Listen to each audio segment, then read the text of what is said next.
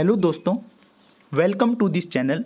आज हम बायोग्राफी करेंगे फेमस रशियन राइटर एंटन शिकोव की। तो एंटन शिकोव का टाइम पीरियड कितना था? 1860 से लेकर 1904 तक एंटन शिकोव का टाइम पीरियड था। Anton Chekhov is a famous Russian writer. Anton Chekhov क्या थे? एक प्रसिद्ध रशियन राइटर थे। He had to struggle hard against adverse circumstances in life. उन्होंने अपनी ज़िंदगी के अंदर बहुत ज़्यादा स्ट्रगल का सामना करना पड़ा था। He worked as a shop boy at his father's grocery. उन्होंने शॉप बॉय के रूप में काम किया था। कहाँ पर? अपने फादर की ग्रोसरी शॉप पर। And then become a medical student for some time. और थोड़े समय के लिए वो क्या बने थे? मेडिकल स्टूडेंट बने थे।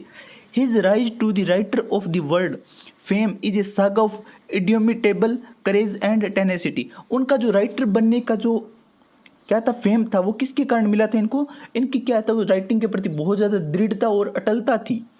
शिकोव has revolutionised drama by rejecting some of its conventional element. उनके जो ड्रामा होते थे वो बहुत बार रिजेक्ट हुए थे।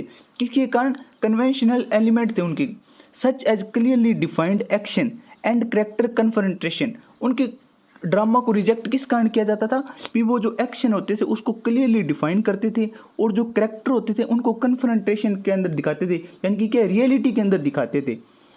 He focuses on portrayal of inner most desire. वो किस पर फोकस करते थे? कैरेक्टर की इनर फीलिंग को और डिज़ायर को बाहर लाते थे। Hopes and fear of his character, उसकी जो होप्स थी और क्या थे, फियर ऑफ कैरेक्टर, वो उनको क्या भी क्लियरली रूप में बाहर लाते थे। Among his plays are the cherry orchard and other plays, the seagull, the three sister. कौन कौन से प्ले बताए गए हैं इसमें? द चेरी ऑर्चर्ड बताया गया है, द सीगल बताया गया है, द थ्री सिस्टर्स बताया गया है, uncle Vanya and three forces. His plays are realistic. उनके जो प्ले होते थे वो किसके ऊपर बेस्ड होते थे? रियलिस्टिक के ऊपर बेस्ड होते थे। There are feeling of wrath, contempt and indignation in his work.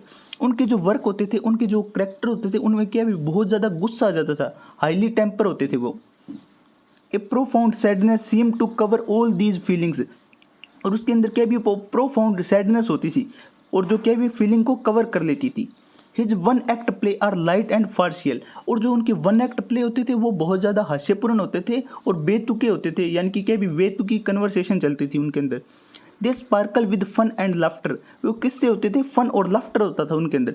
A marriage proposal is a delightful farce. वो एक क्या है भी हास्यपूर्ण फार्स है, full of humour and satire. Thank you.